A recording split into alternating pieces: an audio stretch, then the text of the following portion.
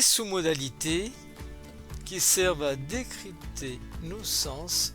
C'est grâce à ces sous-modalités que le cerveau établit les distinctions entre une expérience agréable et une expérience désagréable. Comme nous l'avons vu précédemment, on perçoit le monde à travers nos 5 sens, qu'on appelle le VACOG, le visuel, auditif, kinesthésique, olfactif et gustatif, et que l'on appelle aussi les systèmes de représentation sensorielle ou bien modalités. Bien, comme le nom l'indique, les sous-modalités, ce sont des distinctions plus subtiles, plus fines des modalités. Par exemple, lorsque nous pensons visuellement, nous nous souvenons d'un fait précis, nous avons une image qui nous vient à l'esprit. Cette image a des couleurs, elle a une certaine luminosité, un contraste. On peut avoir une profondeur, un éloignement, une taille. On peut être à l'intérieur de cette image, on peut observer l'image, etc. Pour les sensations, par exemple, on va avoir un ressenti de température, une intensité, une durée qui peut être interne, externe. Au niveau de la texture, ça peut être doux, ça peut être rêche, ça peut être mouillé, sec, etc. Pour les sons, ils ont un volume, ils ont une tonalité, ils ont un timbre, etc. Ces sous-modalités représentent donc la manière dont nous codons et nous structurons notre expérience interne. Tout cela se passe la plupart du temps hors de notre champ de conscience. Chacune de nos pensées, que ce soit un souvenir ou une vision de l'avenir, est formée par toutes ces nuances d'images, de sons, de goût, d'odeur et de sensations. Je vous donne ici quelques sous-modalités les plus courantes. Au niveau de la représentation visuelle, on va être soit associé, soit dissocié. L'image va être immobile ou bien mobile. Elle peut être panoramique ou encadrée. La perspective peut être horizontale ou verticale.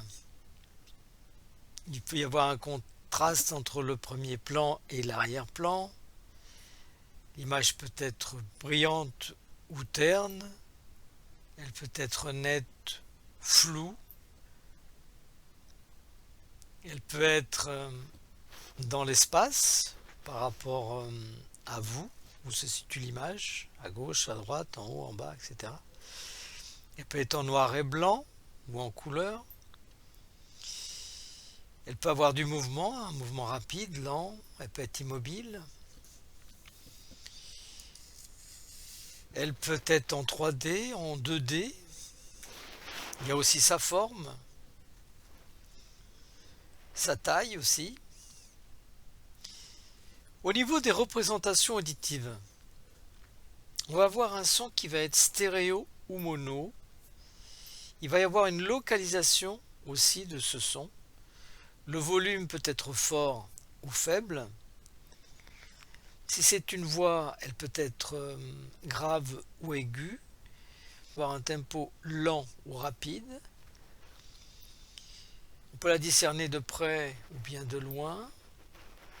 On peut avoir un rythme, une mélodie.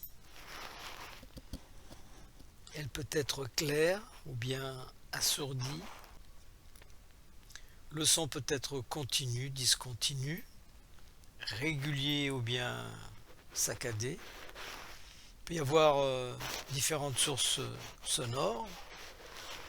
Ça peut être des sons différents, des musiques, des voix, et d'autres choses. Pour les représentations kinesthésiques,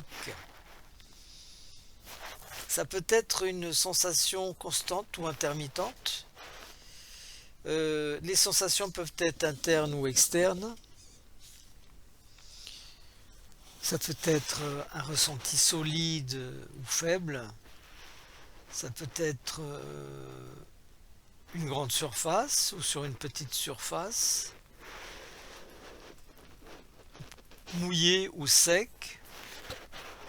La texture peut être rêche ou bien douce. Ça peut être une température chaude, froide. Les représentations du dialogue interne. Et peut être basée uniquement sur des sensations ou bien sur des choses mesurables. Elle peut être, cette représentation interne ou de ce dialogue interne, peut-être à propos de soi-même ou bien des autres, peut prendre sa source dans le présent, dans le passé ou dans l'avenir. Il y a donc deux types de sous-modalités analogiques ou digitales. Les sous-modalités digitales sont du type oui-non, c'est-à-dire qu'il n'y a pas de position intermédiaire. Si on prend par exemple une image, elle peut être mobile ou immobile, il n'y a pas d'autre possibilité. Alors qu'au niveau du son, par exemple, on peut varier entre le silence et un bruit intense. La plupart des sous-modalités sont du type analogique, c'est-à-dire qu'elles peuvent être variées. Lorsque nous aborderons la partie pratique, là, pour l'instant nous allons faire encore quelques capsules de théorie sur la programmation neurolinguistique. Lorsque nous aborderons les techniques, vous allez comprendre le pouvoir assez fabuleux des sous-modalités.